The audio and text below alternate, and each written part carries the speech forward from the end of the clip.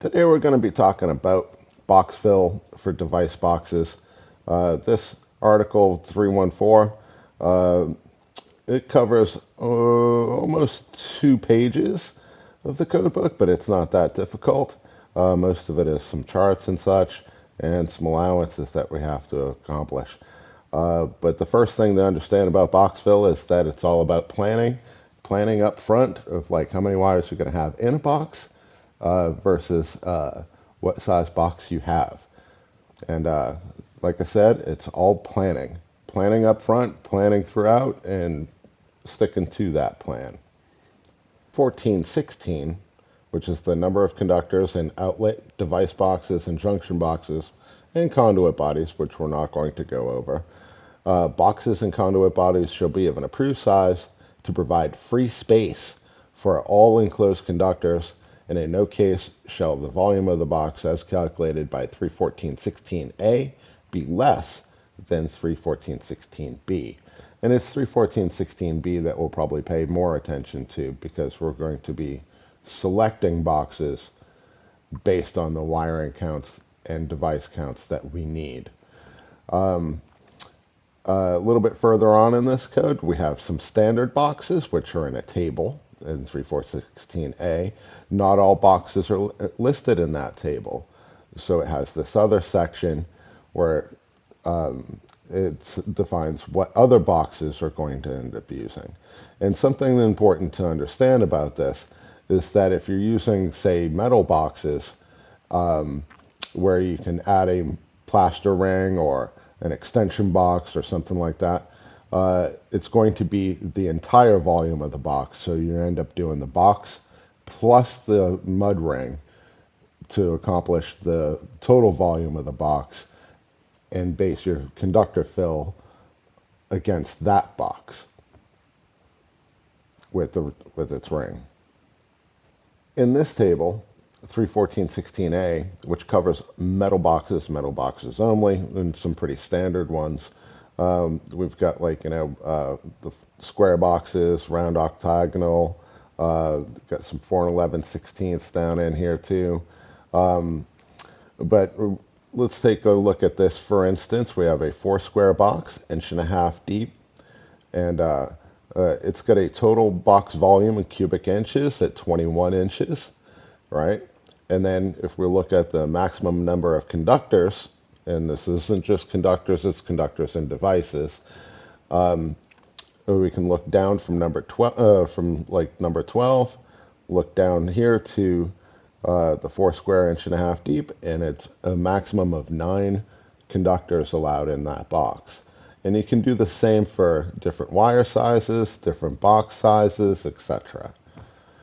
And again, this only covers the box plus the volume of any mud ring that you might have. About how the conductor fill is calculated, and again, this is not just conductors. There's a whole wide range of things that count as conductors that are not conductors, and we'll get into those just here in a moment. The volumes of paragraphs 314.16b1 to b5, which is all of these other things, which include clamps and some other stuff, shall be added together. No allowance shall be required for small fittings like lock nuts, bushings, etc. And if there's a barrier in there, they count separately. As far as the conductor fill goes, each conductor that originates outside of the box and is terminated or spliced within the box shall be counted once. Each conductor that passes through the box without a splice or a termination shall be counted once. In this next sentence here, counts against this. Each loop or coil of unbroken conductor not less than twice the minimum length of free conductors in 314 shall be counted twice. So if you do a big loop of conductor inside of a box, it may count twice if it's over the 6 to 8 inches for free conductor that's in 314. So if you're going into a metal box in conduit and going from one fitting through to another conduit fitting out of the box, it only counts one time. If you do a big loop in there, it's going to end up possibly counting as twice. So be careful about that. The conductor fill shall be calculated by 314.16b, and we'll go over that in a moment of like what volumes those conductors are. And a conductor which no part of leaves the box shall not be counted. And that's for pigtails, like if you have conductors coming in and then conductors going out and you're pigtailing off of that, the pigtail doesn't count in the code. However, those pigtails do add up as a volume, and you want to be mindful of that. There's an exception for canopies, etc. Things that also count as conductors in terms of volume are clamps. If you have a clamp within inside the box, that's going to count as a conductor, each of them. And then support fittings that like are inside there, like a hickey or some other type of fixture support type of fitting. Those are going to count as the largest conductor present in the box. Device fill, which is also important, those are going to be counting as 2 conductor fill allowances, despite the fact that some devices are larger in volume than others.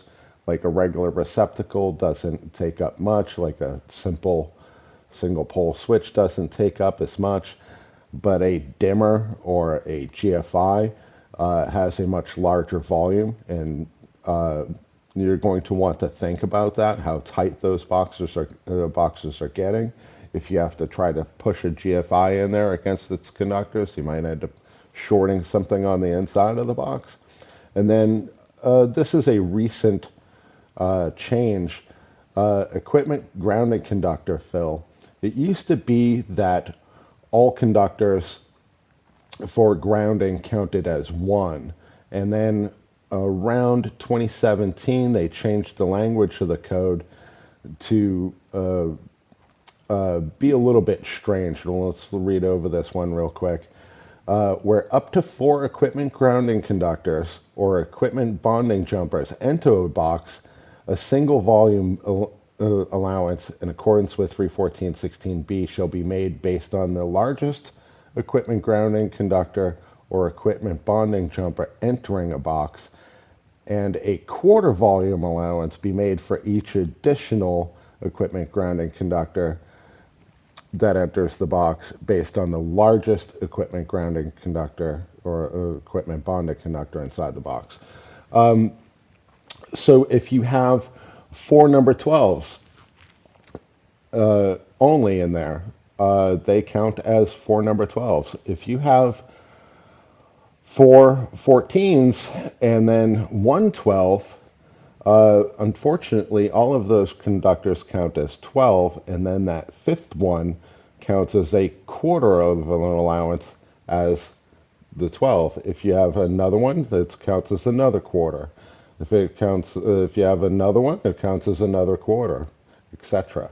And we'll talk about how those calculations are made based on these here in a moment. In Table 314.16b, it's the volume allowance required per conductor. And again, this is not just for conductors, it's for cable clamps, hickeys with inside the box, device fill counting as 2 conductors, which ironically makes a GFI device fed by 14s count as less than the GFI device fed by 12s for whatever reason, but that's how the calculation is made.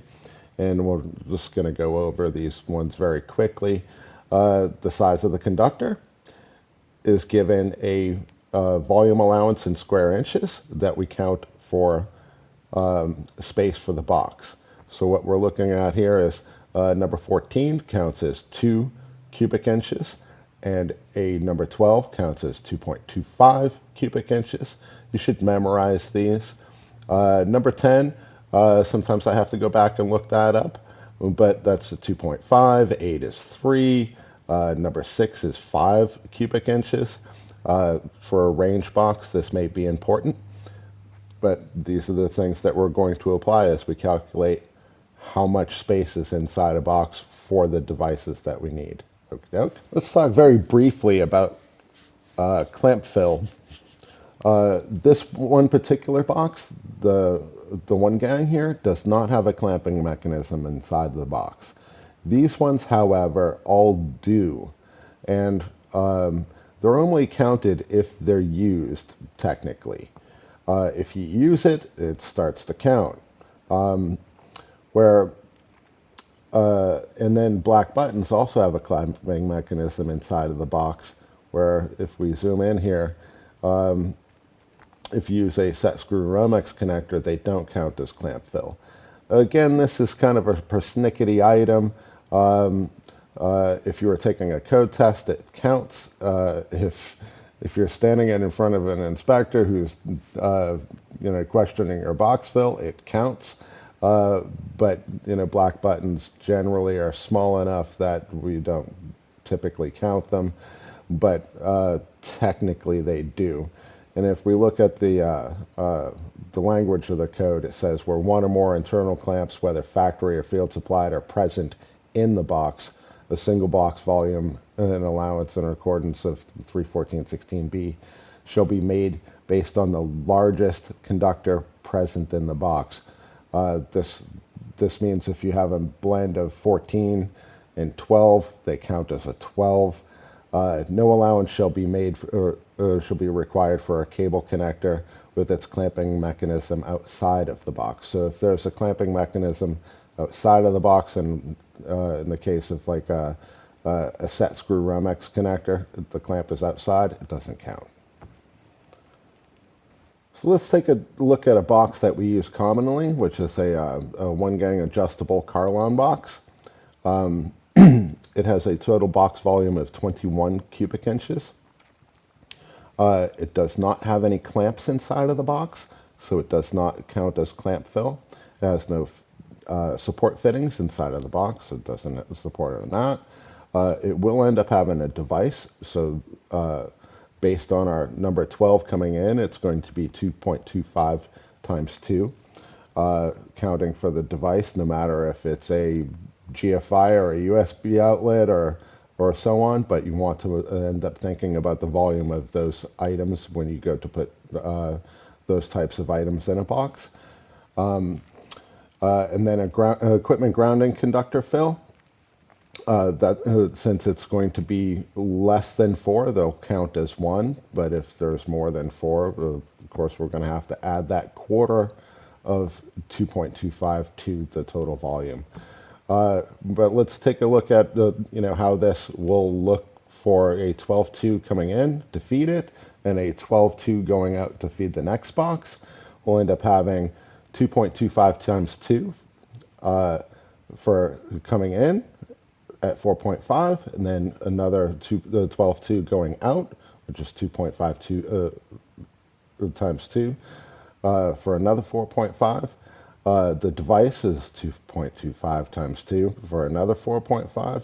The equipment grounding conductors, 4 or less, is going to count as 2.25 for a total of 15.75 cubic inches, or 7 conductor allowances times 2.25 for a total cubic volume of 15.75 inches, which is less than the total volume of the box. So long as it's this 21 cubic inches or less, that's fine. However, if you do have deeper devices like a USB outlet or a GFI outlet or a dimmer, you're going to want to keep as much free volume within that box as possible. Let's look at our average switch box. In this particular case, we're using a plastic nail-on, although typically for switch boxes, you're going to want to have as much volume as you possibly can for them. for dimmers and those types of devices that use up a lot more space. In this particular case, we've got a 60 cubic inch volume, and the box itself says that it's listed to end up having 30 14s, 26 12s, or 24 10s. Not that I would ever put 10s into a switch box. But in this case, as we've designed the circuit, we've got a 14-2 coming in when we have 14-2s going out. We're going to have a device allowance for each of the devices as counting as 2 conductors. There are clamps within this box, and they all count as 1 if we look at the code for clamp fill, where 1 or more internal clamps, whether factory or field supplied, are present in the box. A single volume allowance in accordance with table 314.16b shall be made the largest conductor in the box. So if we had a number 12 in here, unfortunately all of those grounds would count as the cubic inch volume as 2.25 as opposed to 2 cubic inches. And if we do the math for all of this, we're going to end up having the 14-2 coming in. We're going to have 4 going out. The 5 clamps, they all count as 1. The devices each count as a conductor allowance of 2. The first 4 equipment grounding conductors count as 1. And that 5th one that we have leaving the box is going to end up counting as a quarter. This is a total of 40.5 cubic inches, or 20.25 conductor allowances times 2 cubic inches at 40.5 cubic inches, which is less than our 60 here. Again, we're going to end up trying to use the largest box we possibly can for dimmers because those devices are typically a lot larger. Also, let's look at some other boxes with some significant increases in volume. That previous 4 gang that we were looking at was only 60 cubic inches, yet this box here as a 4 gang has 72.8 cubic inches, which you're also going to be adding to that a mud ring, which has an additional volume for a 4 gang like this would end up having another 20 cubic inches that you can add to that, which is going to, improve the packing of that box for dimmers and all of the pigtails that you're going to have to add into it. Is it possible to have a box that you cannot put a device into? This is one of those cases. It's a 7.5 cubic inch box, has clamps within it, and if you brought 14-2 in here, each conductor would end up counting as a 2 cubic inch volume. The conductors themselves would just barely fit into it. Then you have to accommodate the clamps within it and devices counting as 2 conductor allowances. So in the case of 14-2, that would be 2 times each conductor plus the ground plus the clamp, and you would end up with a box volume requirement of 12, and in this particular case the box volume is only 7.5 cubic inches. If you tried to stuff a device into this, it's most likely going to short out. At the beginning of this video I mentioned that box fill is about planning. It's about making a plan and sticking to it as much as you possibly can. In this particular case, I'm going to give you an example of a small room. Often I will end up drawing a sketch of the room with its outlets around the room and all of the conductors going to it. And I can calculate its box volume required and what types of boxes they're going to require for the circuit design. Often I will sketch this in a wall or on the floor. In this particular case, I have a 12-2 home run coming into one box, going from box to box all the way around the room here, shown in red. However, if I wanted to, say, add in a conductor to feed a different room, or I would end up coming off, if I came off of this box here, I would end up having 6 circuit conductors, um, 3 of them in there, plus the device count is 2. The equipment grounding conductors only count as 1, and I would end up having 9 allowed in the box, and I end up having 9 conductors allowances to accommodate. And that would work with a blue Carlon box. If I added another conductor into this, it would require a bigger box.